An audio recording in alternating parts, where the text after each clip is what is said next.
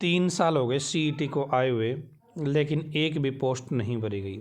इससे पहले हज़ारों पोस्ट निकली हुई थी, उनको रद्द कर दिया गया, उनको कैंसिल कर दिया गया। बोला गया कि सीईटी के बेस पे इन भर्तियों को भरेंगे।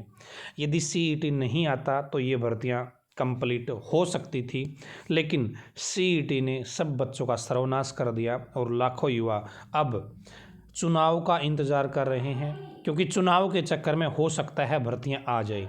लेकिन यहाँ पे अभी भी कम चांस नज़र आ रहे हैं यदि हम हरियाणा सरकार की बात करें, क्योंकि इतनी स्पीड नज़र नहीं आ रही है।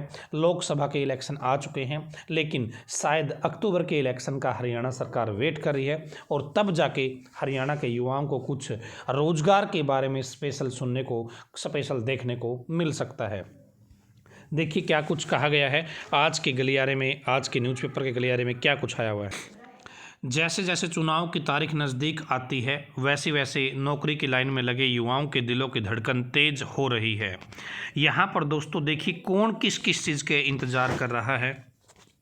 सोशल मीडिया पर एक मुख्यमंत्री साहब का ट्वीट है, जिसमें ये कहा गया था मुख्यमंत्री साहब के द्वारा कि 2023 में 60,000 पदों पे भर्ती कर चुके होंगे सरकारी पदों पर।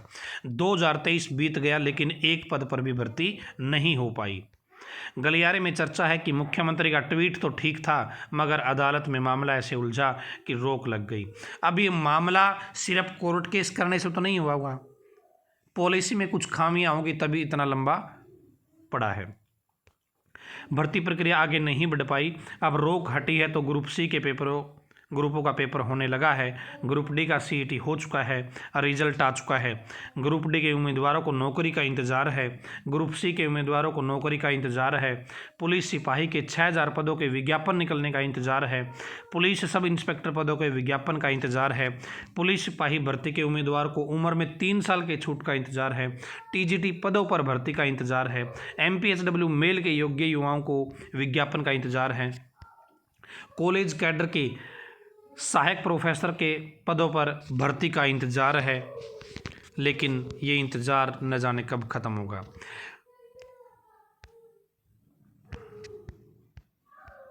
अब गलियारे में चर्चा हो रही है कि जिस सीईटी पॉलिसी के कारण भर्तियां रुक गई है, उस सीईटी पॉलिसी को या तो रद्द किया जाए या फिर जैसे एचएसएससी को एचपीएससी की तर्ज पर 2 पेपर लेने का सुझाव है वो होना चाहिए। स्क्रीनिंग टेस्ट और सब्जेक्ट नॉलेज टेस्ट लेने की अनुमति दे दी जाए। सामाजिक आर्थिक मानदंड के अंक समाप्त कर दिए जाए। अगर सीईटी रखना है तो इसे पात्रता परीक्षा बनाई जाए। इसमें 4 गुना 5 गुना 10 गुना का चक्कर नहीं होना चाहिए। गलियारे में यह भी कहा जा रहा है कि अगर सीईटी रखना है तो सामाजिक आर्थिक मानदंड के अंक 0 कर दिए जाए। युवाओं की मांग है कि ग्रुप सी का नया सीईटी जल्द से जल्द लिया जाए। ग्रुप नंबर 56-57 का आज तक कोई अता पता नहीं है, लंबा समय बीत चुका है। इसके ऊपर भी प्रोसेस को आगे बढ़ाया जाना चाहिए, लेकिन इंतज़ार में है युवा। इलेक्शन भी, सरकारी नौकरी भी, विज्ञापन भी, लेकिन सरकार करेगी क्या ये सरकार को ही पता है।